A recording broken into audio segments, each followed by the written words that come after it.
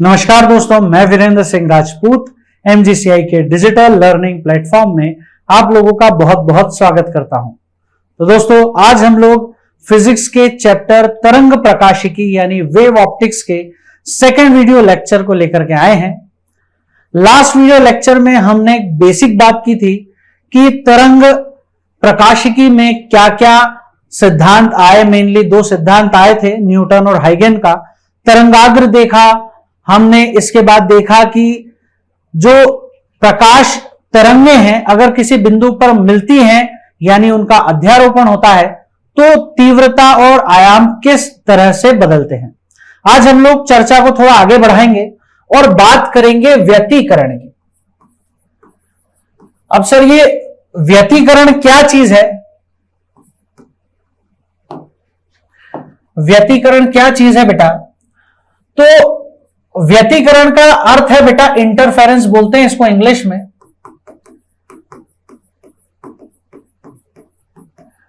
तो व्यतिकरण का अर्थ है किसी बिंदु पे तरंगों के अध्यारोपण के कारण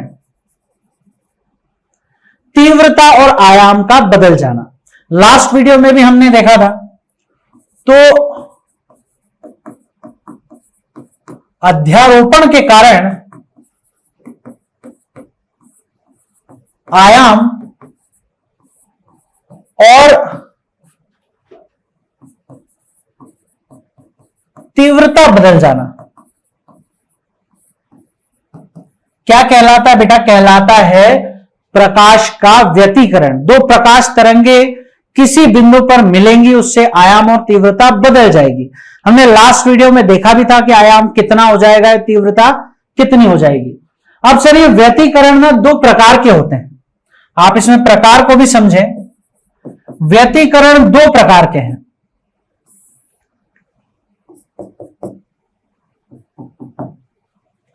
कौन कौन से दो प्रकार है बेटा? एक को हम कहते हैं संपोषी व्यतिकरण और एक को हम कहते हैं विनाशी व्यतिकरण। अब संपोषी का मतलब होता है कि तीव्रता बढ़ जाना, आयाम बढ़ जाना, और विनाशी व्यतिकरण का मतलब है कि तीव्रता का कम हो जाना या आयाम का कम हो जाना। अब ये कैसे होगा बेटा? तो जब दो तरंगे एक ही स्थिति में हमको मिलेंगी,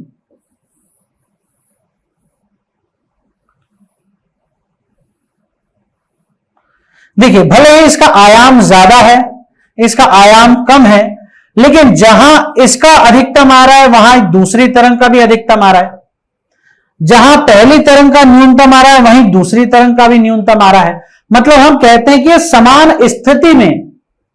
समान स्थिति में दोनों तरंगे आपस में मिल रही है।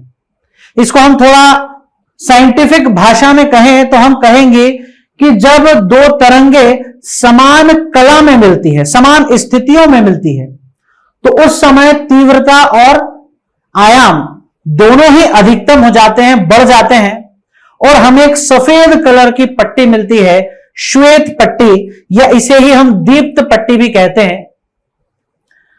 इस पट्टी को ही फ्रिंज कहा जाता है। तो यह कब मिलेगी? जब संपोषी व्यतिकरण होगा। लेकिन इसका उल्टा, अगर मान लीजिए हमारे पास दो तरंगे हैं और इसमें क्या हो रहा है कि जब पहली तरंग का अधिकतम होगा तो दूसरी तरंग का न्यूनतम, जब पहले का न्यूनतम होगा तो दूसरी का अधिकतम, इस तरफ से जब चलेगी, जैसे इसका अधिकतम है और इस दूसरी तरंग का न्यूनतम, तो ये बिल्कुल विपरीत स्थितियों में मिल रही है, ये विपरीत कला में मिल रही है।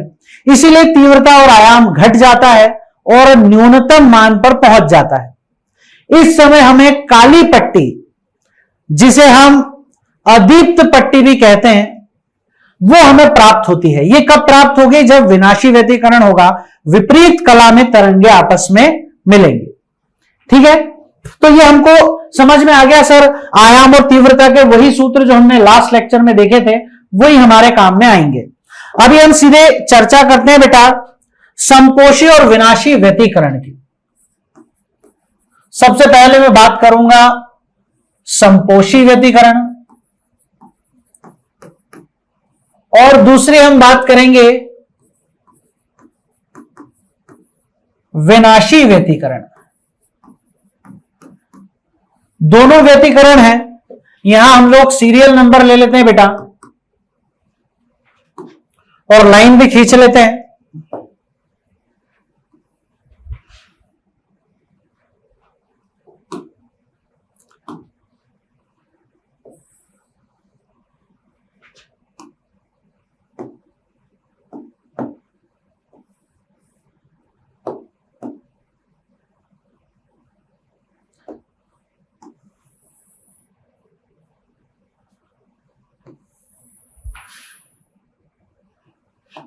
ठीक है, अब विनाशी और संपोषी व्यतिकरण में क्या क्या याद रखने लायक बातें हैं। तो सबसे पहली बात तो बेटा कि जो संपोषी व्यतिकरण है इसमें तरंगे समान कला में आपस में मिलती हैं, और विनाशी व्यतिकरण में विपरीत कला में तरंगे आपस में मिलेंगी। अच्छा, तरंगे अगर समान कला में मिलेंगी या विपरीत कला में मिलेंगी तो इसका जो पथांतर है और कलांतर है वो बहुत इंपॉर्टेंट हो जाता है। तो अगर हम बात करें पथांतर की, तो पथांतर कितना होता है बेटा, इसका पथांतर को हम डेल्टा से दर्शाते हैं। संपोषी व्यतिकरण में पथांतर लैम्डा बटे 2 का समगुणक होता है, यानी 2n गुना होता है लैम्डा बटे 2 का। और विनाशी व्यतिकरण में अगर हम पथांतर की बात करें, पथांतर की, तो वो डेल्टा जो है 2n माइनस 1 गुना यानी विषम संख्या के गुणा के बराबर होता है लैम्डा बटे 2 का। अब मैं यहां पे अलग अलग मान रख करके इसके उदाहरण भी ले लेता हूं। n का मान 0, 1, 2 आदि कुछ भी हो सकता है।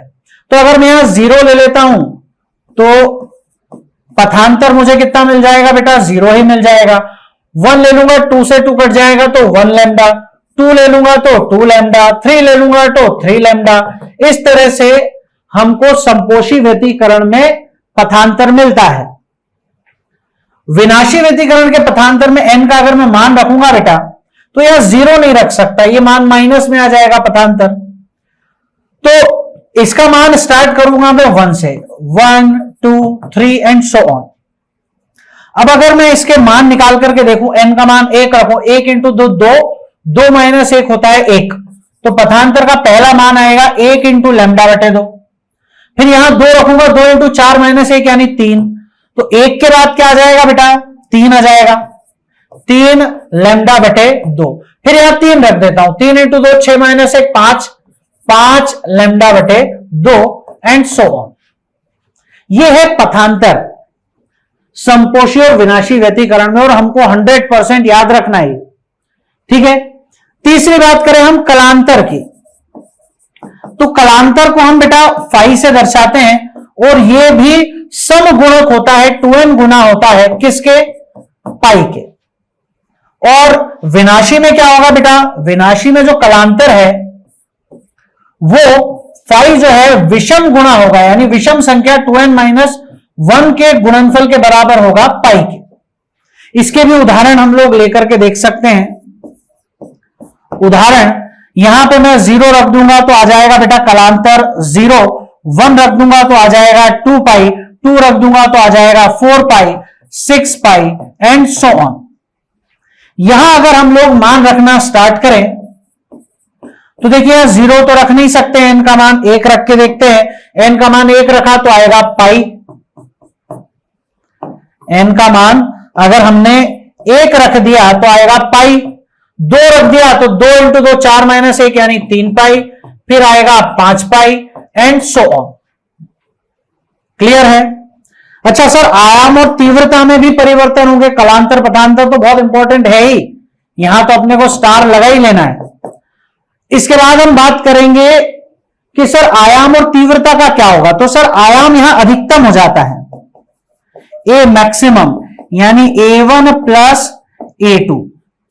और यदि हम मान ले कि A1 A2 दोनों बराबर है और दोनों को A0 लिख दिया जाए तो ये ए मैक्सिमम का मान कितना हो जाएगा, ये हो जाएगा बेटा ए नॉट प्लस ए नॉट यानी 2a0। और अगर आयाम की बात हम विनाशी व्यतिकरण में करें तो ए नेट जो आएगा वो न्यूनतम हो जाएगा बेटा, मिनिमम हो जाएगा, और मिनिमम होता है a1 माइनस a2। मतलब अगर हम बात करें कि हमने मान लिया a1 a2 बराबर है और दोनों को a0 लिख दिया जाए तो a मिनिमम का जो मान है वो आएगा 0। आयाम की तरह अगर हम बात करें बेटा तीव्रता की कि I मैक्सिमम, तो I मैक्सिमम का भी सूत्र याद है बेटा अपने को, I1 प्लस I2 का होल स्क्वायर, और दोनों ही अगर बराबर हो I0 के तो root I naught 2 root I naught और उसका स्क्वायर करेंगे तो 4I0 आ जाएगा।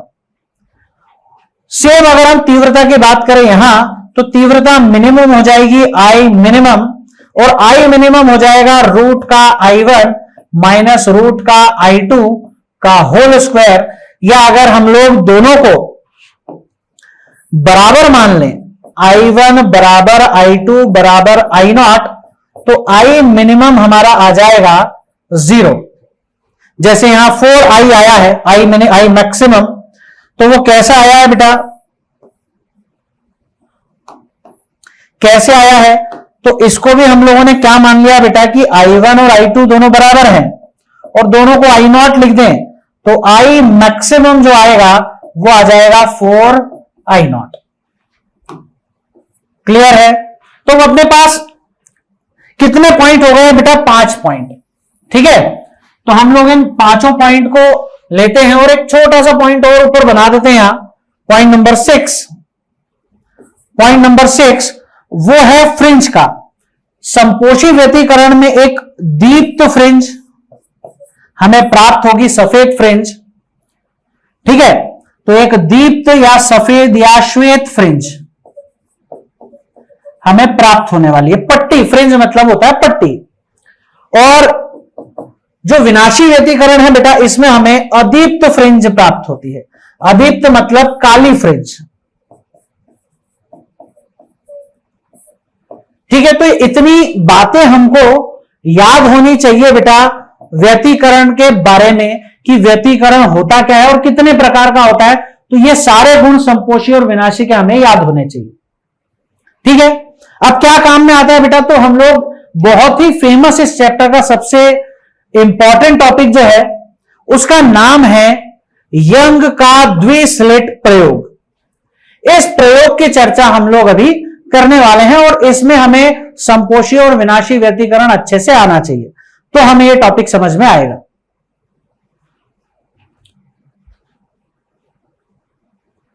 तो अब हम लोग चर्चा करते हैं बेटा यंग के द्विस्लिट प्रयोग की। यंग का द्विस्लिट प्रयोग। अब यंग साहब ने, यंग नाम का एक वैज्ञानिक था, थॉमस यंग नाम था इनका, इन्होंने क्या किया, तरंगाग्र को विभाजित किया। तरंगाग्र के विभाजन से व्यतिकरण की एक प्रायोगिक व्याख्या की। जो व्यतिकरण अभी अभी हमने पढ़ा है उसको प्रयोग करके दिखाया है। ठीक है, क्या किया इन्होंने, तो 2 स्लिटें इन्होंने ले ली है। 2 स्लिट क्या होता है बेटा, तो एक कार्डबोर्ड लिया और उसके बीच में ब्लेड से 2 कट लगा दिए। यहां एक स्रोत इन्होंने रखा है, मैं एक बल्ब बना देता हूं। मान लीजिए कि स्रोत है जिसकी तीव्रता I0 है, इससे जो तरंग निकल रही है उसकी तरंगदैर्घ्य है लैम्डा। अब होगा क्या बेटा, अब मैं इसको हटा दूंगा अभी। यहां से एक गोलीय तरंगाग्र निकलेगा और जब वो यहां से गुजरेगा तो एक तरंगाग्र ये बनाएगा और एक तरंगाग्र ये भी बनाएगा। देखो अलग अलग जगह ये तरंगाग्र और ये तरंगाग्र, इस छिद्र से और इस छिद्र से निकलने वाले जो तरंगाग्र है वो आपस में देखो मिल रहे हैं। इन सभी जगह पर ये मिल रहे हैं और इनके मिलने से, तरंगों के मिलने से होता है व्यतिकरण। ठीक है, तो बेसिकली हमको बात क्या करना है, व्यतिकरण की ही बात करना है कि ये एक बल्ब है, हमारे पास स्रोत है जिसकी तीव्रता I0 है, तरंग दैर्ध्य लैम्डा है। यहां से जब ये पहला छिद्र है, इसको हम स्लिट 1 बोल देते हैं बेटा, छिद्र को हम स्लिट बोल रहे हैं। तो स्लिट 1 है S1, ये स्लिट 2 है S2, और इन दोनों के बीच की जो दूरी है, यहां से यहां तक की जो दूरी है, इसको हम लिख रहे हैं बेटा स्मॉल डी। छोटा डी क्या है, तो स्लिटों के बीच की दूरी है। ठीक है, सामने हमने एक पर्दा लगाया हुआ है, एक स्क्रीन लगाया हुआ है, ये रहा स्क्रीन। इसके केंद्र पे यहां एक केंद्रीय फ्रिंज प्राप्त होती है हमको सफेद रंग की। यहां एक ब्राइट स्पॉट अपने को मिलने वाला है। ठीक है,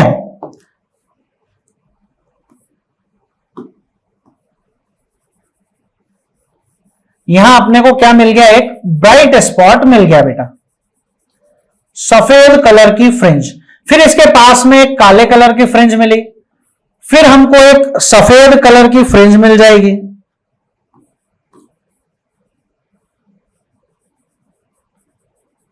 इस तरफ भी एक काली फ्रिंज के बाद फिर एक सफेद फ्रिंज हमको मिलेगी, फिर एक काली फ्रिंज, इसके नीचे फिर एक सफेद फ्रिंज मिलेगी। यहां पे भी सफेद फ्रिंज के बाद एक काली फ्रिंज, और इसके बाद फिर सफेद फ्रिंज मिलेगी, और इसके बाद फिर ऊपर एक सफेद फ्रिंज मिलेगी। मतलब लगातार हमें एकांतर क्रम में हमें पट्टियां मिल रही है, सफेद पट्टी और काली पट्टी। ये जो केंद्र में हमें सफेद पट्टी मिल रही है, इसे सेंट्रल ब्राइट या केंद्रीय दीप्त फ्रिंज, केंद्रीय सफेद फ्रिंज कहा जाता है। इसके लिए n का मान 0 होता है। इसके जस्ट ऊपर ये फर्स्ट डार्क है, पहली काली फ्रिंज, पहली अदीप्त फ्रिंज, इसके लिए n का मान 1 रखा जाता है। ये पहली सफेद फ्रिंज है, फर्स्ट ब्राइट, इसके लिए भी n का मान 1 रखा जाता है।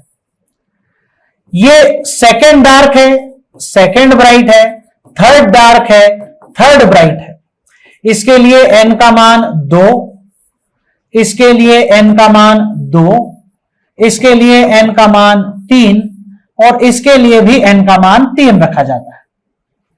ठीक है, ऐसे ही नीचे भी हमको प्राप्त हो रही है। ये नीचे की तरफ फर्स्ट डार्क है, n बराबर 1, फर्स्ट ब्राइट है, n बराबर 1, सेकेंड डार्क है, n बराबर 2, सेकेंड ब्राइट है, n बराबर 2। इस तरह से हमें ये प्राप्त हो रहा है। क्लियर है?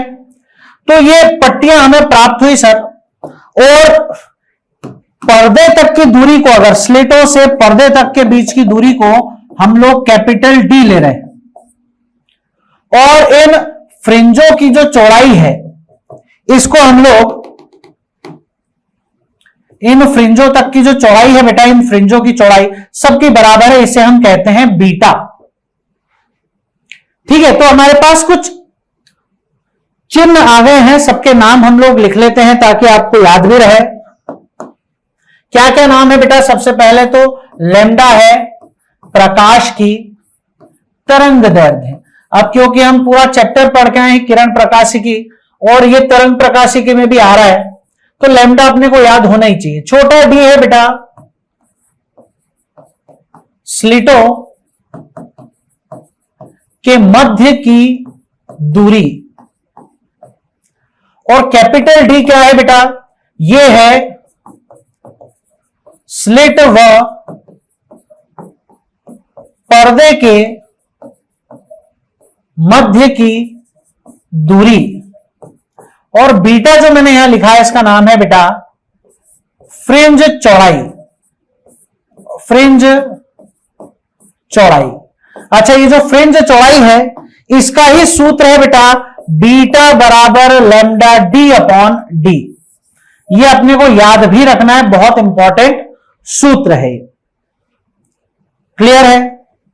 चलिए आगे बात करते हैं बेटा इस चित्र में हम कि यहां से थीटा कोण पे, केंद्र से, इस केंद्र को मिलाने वाली रेखा, केंद्रीय सफेद फ्रिंज को मिलाने वाली रेखा जो कोण बना रही है थीटा, इस थीटा पे हमें सफेद फ्रिंज मिलेगी तो कौन से नंबर की मिलेगी, कितनी दूरी पे मिलेगी, या nवें नंबर की जो फ्रिंज है सफेद हो या काली वो कितने कोण पे मिलेगी। तो इस थीटा को कोणीय दूरी कहा जाता है और इस x को रेखीय दूरी कहा जाता है। और कोण बराबर चाप बटे त्रिज्या होता है, तो कोण की जगह लिखा जा सकता है बेटा x अपॉन डी, ये चाप और ये त्रिज्या। अब ये सफेद फ्रिंज के लिए भी निकाला जा सकता है थीटा और x को, और हम निकाल सकते हैं इसको काली फ्रिंज के लिए भी। तो यही हम लोग करने वाले हैं बेटा। आगे हम लोग क्या करने वाले हैं, मान लीजिए कि सफेद फ्रिंज की दूरी निकालना है कि n नंबर की जो सफेद फ्रिंज है वो कितनी कोण पे बनेगी और कितनी दूरी पे बनेगी। तो संपोषी व्यतिकरण के लिए है ना, अगर क्योंकि हमको सफेद फ्रिंज निकालनी है तो बात करेंगे हम संपोषी व्यतिकरण के लिए। बेटा संपोषी व्यतिकरण के लिए यानी सफेद फ्रिंज, दीप्त फ्रिंज, ये अगर हमको पता करना है तो इसके लिए पथांतर कितना होता है वो अपन ध्यान रखेंगे। तो पथांतर होता है 2n गुना लैम्डा बटे 2 का, लैम्डा बटे 2 का 2n गुना होता है। आप चाहे तो 2 से 2 को काट भी सकते हैं, या मैं नहीं काटूंगा क्योंकि उससे सूत्र याद रखना थोड़ा आसान भी हो जाता है। अब सर पथांतर कितना होता है, तो देखो यहां से जो किरण यहां पहुंच रही है और यहां से यहां जो किरण पहुंच रही है वो बराबर दूरी तय नहीं कर रही है, इतनी दूरी तय कर रहा है और ये ज्यादा दूरी तय कर रहा है। तो इन दोनों के द्वारा चली गई दूरी के रास्ते में, पथ में अंतर कितना है, तो इसका पथांतर यंग के द्विस्लिट प्रयोग में याद रखना डी थीटा होता है। डी ये वाला और थीटा ये वाला, ठीक है। तो मैं यहां पर रख देता हूं बेटा डी और थीटा, लेकिन थीटा के साथ में बी लिख रहा हूं ब्राइट, क्योंकि यह सफेद फ्रिंज का कोणीय दूरी है। बाकी हो जाएगा सेम 2n लैम्डा बटे 2। आप डी को इधर पहुंचा देंगे तो थीटा बी बराबर 2n लैम्डा अपॉन 2d। 2 से 2 काट के आप n लैम्डा अपॉन डी भी लिख सकते हैं, है ना। फिलहाल मैं लिख देता हूं n लैम्डा अपॉन डी। तो अगर मैं पूछूं कि पहली सफेद फ्रिंज कहां मिलेगी तो n की जगह 1 रख देता हूं मैं। थीटा ब्राइट का मान कितना हो जाएगा, n की जगह 1 रख दूंगा तो पहला जो सफेद फ्रिंज है वो लैम्डा बटे डी कोण पे मिलेगी। दूसरी के लिए 2 रख दूंगा तो 2 लैम्डा अपॉन डी पे, तीसरे के लिए 3 रख दूंगा तो 3 लैम्डा अपॉन डी पे सफेद फ्रिंज इतने कोण पर मिलेगी। लेकिन सर कोण बराबर तो चाप बटे त्रिज्या होता है, तो कोण को अगर मैं चाप बटे त्रिज्या लिखूं यानी x अपॉन डी लिख दूं थीटा को, तो मैंने लिख दिया sir x b upon D. b क्या है बेटा, तो ये x तो रेखीय दूरी है लेकिन b बताता है कि सफेद फ्रिंज की रेखीय दूरी। बाकी सेम यही कितना 2n लैम्डा अपॉन 2d और d इधर चला जाएगा, बनेगा एक्स भी बराबर 2n lambda upon 2d into capital D. 2 से 2 काट दोगे तो n lambda D upon D अपने पास आ जाएगा। यह सूत्र है। अब कितनी रेखीय दूरी पे कितने कोण पे मिलेगा वो तो पता लग गया कि पहली फ्रिंज लैम्डा बटे डी कोण पे मिलेगी, लेकिन पहली फ्रिंज कितनी दूरी पे मिलेगी तो उसके लिए n रख देता हूं 1, तो आ जाएगा बेटा लैम्डा डी अपॉन डी पे, फिर 2 लैम्डा डी अपॉन डी पे इतनी रेखीय दूरी पे, फिर 3 lambda D upon small D रेखीय दूरी पे एंड सो ऑन। तो ये दो सूत्र हमें बहुत अच्छे से याद होने चाहिए। क्लियर है। अच्छा रेखीय दूरी आप और भी ध्यान से देखो तो इसको ऐसे भी आप लिख सकते हो एन बीटा, एन बीटा यानी इसको लिख सकते हो बीटा दूरी पे मिलेगा पहला, दूसरा 2 बीटा पे, तीसरा 3 बीटा पे एंड सो ऑन। ठीक है, तो सफेद फ्रिंज की दूरी निकालना भी आसान है। एन का मान आप बढ़ाते जाएं, पहली फ्रिंज बीटा पे, 5वीं फ्रिंज 5 बीटा पे, सातवीं फ्रिंज 7 बीटा पे, और बीटा तो अपने को पता ही है कितना होता है, lambda D upon D. Clear है? अच्छा, यही सारी चीजें हम लोग विनाशी व्यतिकरण के लिए भी कर सकते हैं। अब सर ये विनाशी व्यतिकरण में क्या हो जाएगा? तो विनाशी व्यतिकरण में काली फ्रिंज बनती है, अदीप्त फ्रिंज, और इसमें बेटा जो कलांतर होता है, पथांतर होता है, सॉरी, डेल्टा, जो डेल्टा है वो 2n-1 गुना होता है लैम्डा बटे 2 के। क्लियर है? अब यहां हम जानते हैं कि जो डेल्टा है वो डी थीटा के बराबर होता है, लेकिन यहां जो कोणीय दूरी हम नाप रहे हैं थीटा, वो काली फ्रिंज के लिए, डार्क फ्रिंज के लिए नाप रहे हैं। कितना आ जाएगा? 2n-1 lambda upon 2। डी इधर चला जाएगा, डी थीटा बराबर 2n-1 लैम्डा अपॉन 2d। ये सूत्र हो गया सर। इसमें मान रख देते हैं अपन। मान लो कि पहला कोण कहां मिलेगा बेटा? तो पहले के लिए यहां 1 रखना पड़ेगा, 0 तो अपन यहां रखते ही नहीं है 2n-1 में। तो यहां पे मैंने कितना रखा बेटा? 1, तो 2 इंटू 1 1 ही होगा। तो लैम्डा अपॉन 2d कोण पे मिलेगी पहली काली फ्रिंज। दूसरी के लिए यहां 3 आ जाएगा, 3 लैम्डा अपॉन 2d। तीसरी के लिए 5 आ जाएगा, 5 lambda upon 2d and so on. ये है कोणीय दूरी काली फ्रिंज की। और अगर मैं दूरी को कोण बराबर चाप बटे त्रिज्या लिख दूं तो x D upon capital D, यह आ जाएगा 2n-1 लैम्डा अपॉन 2d, और ये d इधर चला जाएगा तो एक्स डी हो गया 2n-1 lambda D upon 2d। ठीक है? तो एक्स डी बराबर अगर हम मान निकालें सूत्र के आधार पे तो कितना आ जाएगा बेटा? यहां अपन 1 रखेंगे तो आ जाएगा लैम्डा डी अपॉन 2d दूरी पे पहली फ्रिंज, फिर यहां आ जाएगा 3 लैम्डा डी अपॉन 2d दूरी, फिर 5 लैम्डा डी अपॉन 2d दूरी। ठीक है? और आप इनको ध्यान से देखो तो ये बीटा है, लैम्डा डी अपॉन डी, यानी बीटा बटे 2, 3 बीटा बटे 2, 5 बीटा बटे 2। तो यहां इसको ऐसा भी लिखा जा सकता है 2n-1 बीटा बटे 2। क्लियर है ये? ठीक है? तो ये दोनों सूत्र अपन बहुत अच्छे से समझ ले बेटा कि किसी भी फ्रिंज की दूरी या कोणीय दूरी हम इससे निकाल सकते हैं। अच्छा, एक चीज और है, कभी कभी चौड़ाई पूछते हैं तो चौड़ाई में हम डबल कर देते हैं। चौड़ाई का मतलब कि दोनों तरफ हमें उसको लेना है, तो दूरी x को भी डबल कर देंगे और कोण थीटा को भी डबल कर देंगे। क्लियर है? अब कुछ और भी छोटी छोटी बातें हमको पता होनी चाहिए। यंग डबल स्लिट एक्सपेरिमेंट में आ जाता है कि जैसे अगर आपसे कहा जाए कि संपूर्ण सेटअप, ये जो पूरा का पूरा सेटअप है यंग के द्विस्लिट प्रयोग का, म्यू अपवर्तनांक के द्रव में डुबो दे, द्रव में डुबो दिया जाए तो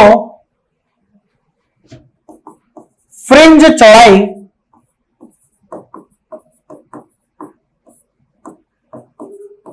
म्यू गुना कम हो जाती है।